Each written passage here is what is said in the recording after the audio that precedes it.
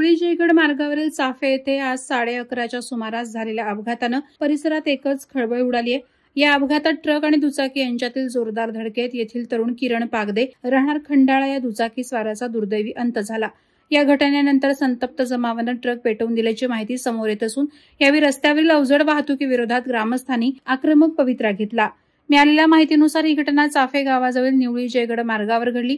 ट्रकने दुचाकीला जोरदार धडक दिल्यानंतर मोटरसायकल स्वाराला तब्बल 400 फूट फरफटत नेल्याचे प्रत्यक्षदर्शींनी सांगितलं। या भीषण धडकेत दुचाकी स्वाराचा दुर्दैवी अंत झाला। दुर्घटनेचं नेमकं कारण अद्याप स्पष्ट झालेलं नाही, परंतु ट्रकच्या बेदरकार चालकामुळे ही दुर्घटना घडल्याचा आरोप स्थानिकांनी केला। अपघाताची माहिती कळताच परिसरातील नागरिकांनी घटनास्थळी धाव घेतली। दुचाकी स्वाराचा मृतदेह रस्त्यावर पडलेला पाहून संतप्त जमावानं ट्रक पेटवून दिला। यामुळे काही काळ परिसरात तणावाचं वातावरण निर्माण झालं। ट्रक जळत असताना धुराचे लोट आणि आगीच्या ज्वाळांनी परिस्थिती आणखीनच गंभीर बनली।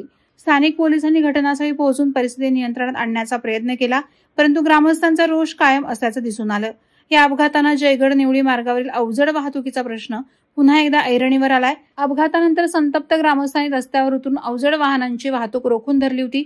या मार्गावरून सातत्याने होणारी ट्रक आणि इतर जड वाहनांची वाहतूक स्थानिकांसाठी डोकेदुखी ठरली आहे। रस्त्याची दुरावस्था आणि अवजड वाहनांच्या बेदरकार वाहन चालकांमुळे अपघाताचं प्रमाण वाढत असल्याचा आरोप ग्रामस्थांनी केला आहे। प्रशासनाने यावर तातडीनं उपाययोजना करावी अशी मागणी स्थानिकांनी लावून धरली आहे। या घटनेची माहिती मिळताच रत्नागिरी पोलिसांनी तातडीनं घटनास्थळी धाव घेतली आणि ट्रक चालकाविरुद्ध गुन्हा दाखल करण्याची प्रक्रिया सुरू केली।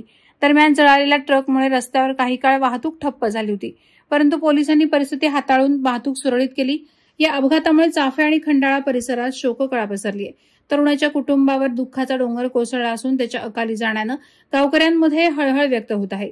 यापूर्वीही अशा घटनांमुळे स्थानिकांनी आंदोलन केली होती, परंतु ठोस उपाययोजना झालेल्या नाहीत। आता या ताज्या घटनेनंतर प्रशासनावर दबाव वाढला असून रस्ता सुरक्षेसाठी तातडीनं पावलं उचलली जाण्याची अपेक्षा व्यक्त केली जात आहे। वादळवारा live city news bureau, Ratnagiri. Navi Mumbai व रायगड जिल्ह्यातील ताज्या बातम्या आणि घडामोडींसाठी सबस्क्राईब करा वादळवारा लाईव्ह चॅनल आणि दाबा बेल आयकॉन।